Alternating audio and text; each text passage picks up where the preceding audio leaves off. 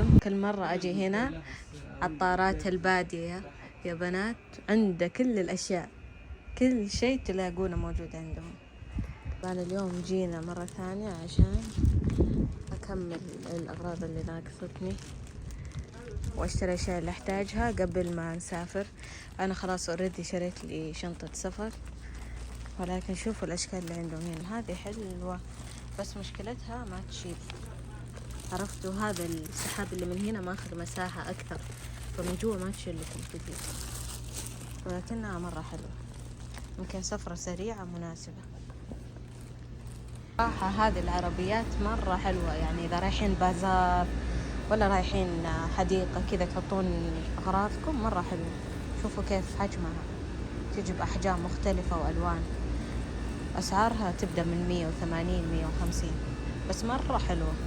حتى هذه لو عندكم يعني في الحارة ماشيين تبغون تتسوقون كذا، عندكم أغراض كثيرة حلوة لما تشترون هذا.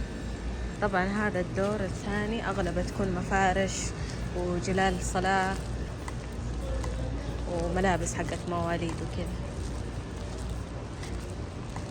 في زمان يا بنات يوم كنت صغيرة كذا في الابتدائي كانت دائما أمي تشتري لنا من هذا المحل، البكر والأبواد، مرة عنده أشياء حلوة. ايش دقيت هذا العلبة، شفتوا لما تحطون عليها زيت يطلع الزيت من الوسط حق الشعر كذا، يطلع الزيت مرة حلو. هذا شفتوا هذا الشكل القديم هنا طوروه مرة حلو، شايفة كثير ناس تمدحه فباخذ. هذا المحل يا بنات تحت يكون كل شيء تحتاجونه، كل شيء موجود، وأحسن ما عندهم إنه كل شيء أصلي. فإذا حابين تاخذون شيء كذا مضمون تعالوا هنا، دايم أي شيء متوفر عندهم صراحة. أنا دائما أحب أجي هنا، وإذا باخذ زيوت أو شيء أدخل عطارات البادية.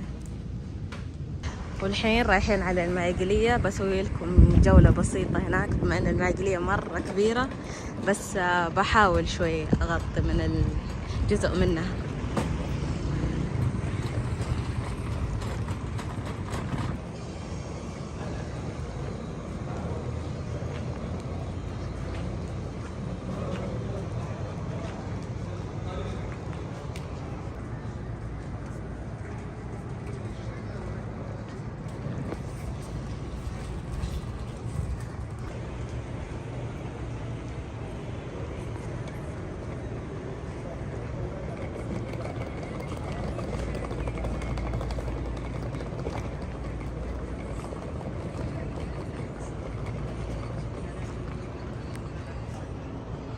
هذا القسم كله حق العطور، أي عطر حابة يسوي لك هو. عندهم الزيوت العطرية والعود، يسوي لكم أي عطر أنتم حابين. كل هذه الأماكن وتكون أصلية.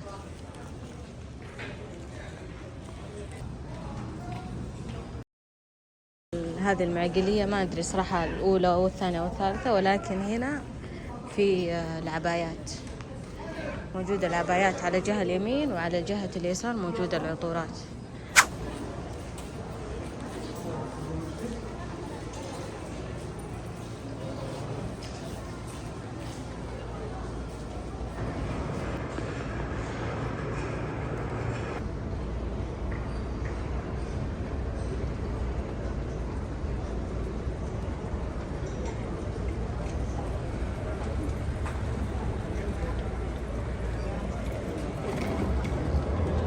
طلعنا الدور الثاني في المعقلية عشان نروح عند الطرح.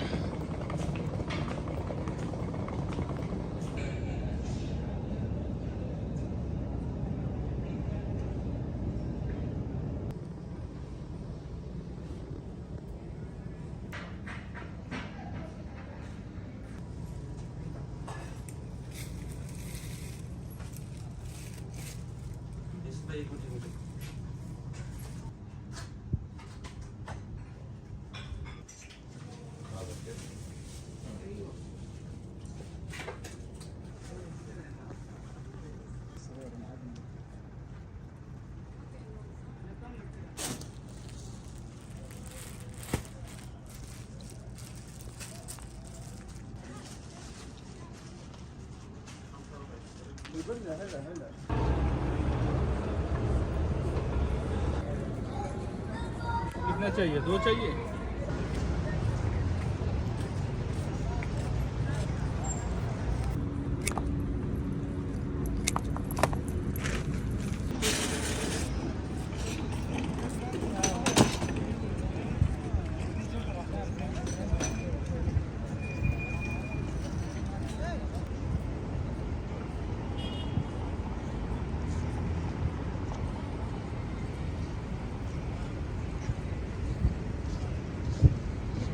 لأن جمعة السوق كذا حي، وناس تروح ناس تجي، والله أجواء رهيبة كنا عيد أو رمضان. نشرب قهوة ولا لا؟ يلا شوفوا كيف زحمة عالم وناس. أنا أحب الأسواق كذا يعني، شايفين كيف؟ شوفوا الزحمة.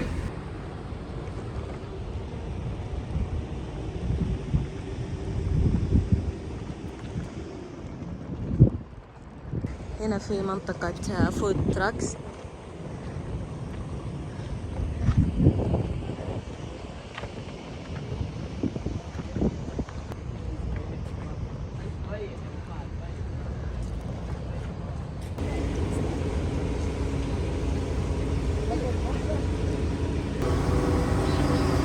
جينا ناخذ ايس كريم، عندنا ايس كريم نبرد مع هذا الحر، وبعدها نكمل نتمشى في التعمير.